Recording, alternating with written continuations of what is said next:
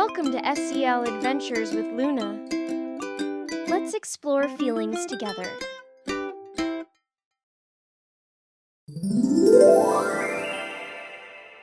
Luna's breathing star. It was a bright and cheerful morning in Whimsy Woods.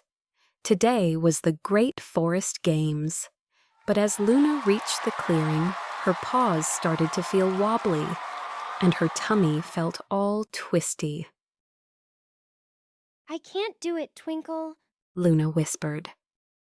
What if I trip? What if everyone laughs? Twinkle gave a kind smile. It's okay to feel nervous, He said. Let me show you something that helps me. Twinkle traced the star with his paw. Breathe in as we go up, hold, and breathe out as we go down.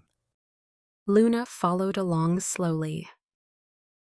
In and out, in and out. With each breath, her heart felt lighter. When the glowing star faded, Luna smiled. I feel better. She said. You've found your calm, and your sparkle, too. Luna still felt a tiny flutter in her tummy, but now she knew what to do.